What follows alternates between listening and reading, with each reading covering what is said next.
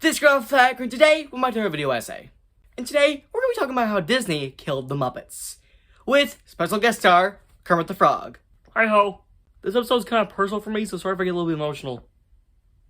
Okay, let's get into it. We begin in 1990 with the death of Jim Henson. Of course, they created the Muppets and the puppeteer for Kermit the Frog. And while throughout the 90s, the Muppets would fall into obscurity, with every film making less and less, and people just generally forgetting about the Muppets. It was a very difficult time for all of us. Did you just shed a tear? No! Go, continue, please! And then in the mid-2000s, Disney bought the Muppets.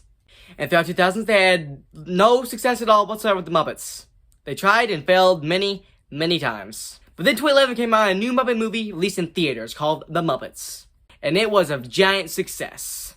Finally, the Muppets were back on top. They were #1 again. Yay! And in 2014, it got a sequel, Muppets Most Wanted. Which, for whatever reason, Disney did half the marketing for that film they did for the first Muppets, leading to it underperforming the box office.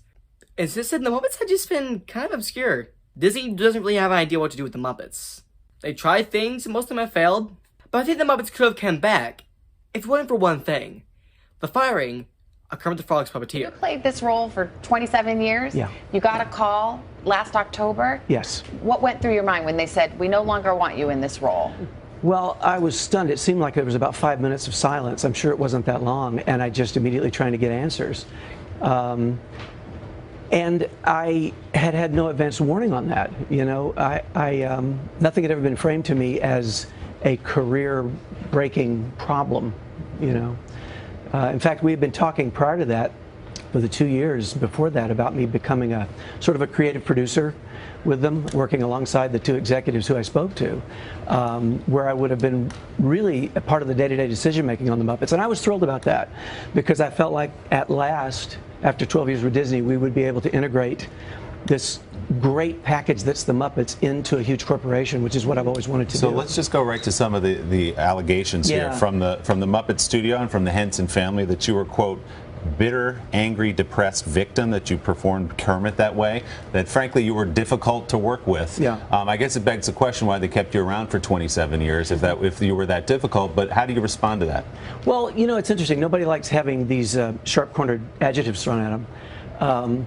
As I say, we were in talks to move things ahead. Just prior to this conversation, within 3 days before, we had a conference call with all the performers to talk about all the work we were going to be doing going forward, and you better get plenty of rest because, you know, you're going to be worked really hard.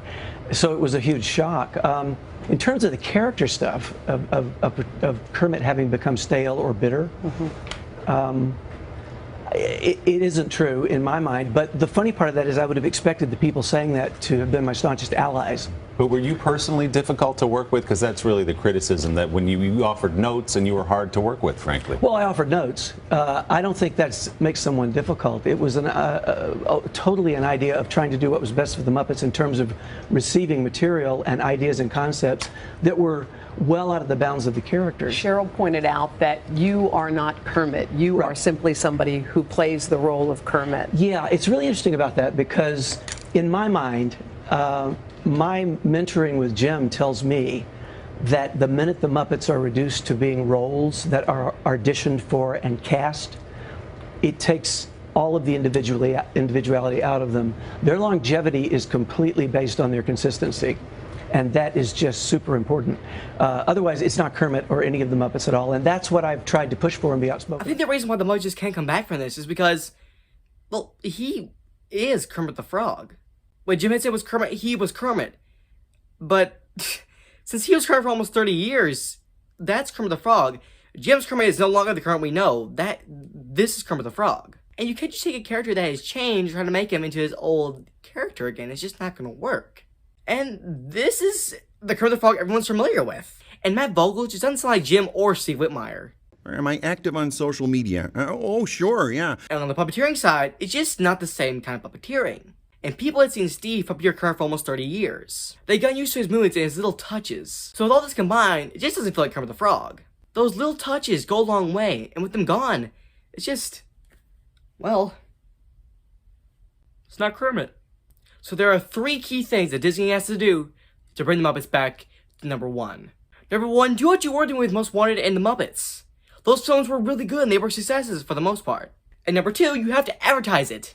If you don't advertise it, it's just not going to perform well. And number 3, you gotta get back to Steve Whitmire. He is Kermit the Frog, whether they want to admit it or not. And in 3 days from now, a new Muppet series comes out on Disney+. And I don't think Disney has a lot of faith in this series. They're releasing all the episodes on the first day of premieres. To my knowledge, they haven't done that with any other series. That's like Netflix to do, not Disney+. And I've seen barely any advertising for it, so they're making the same mistakes again. And please go watch the series. Maybe it'll show Disney that we want more of the Muppets. We want them to be back and better than ever. But I guess for now, bye-bye, Scott Thacker. Bye!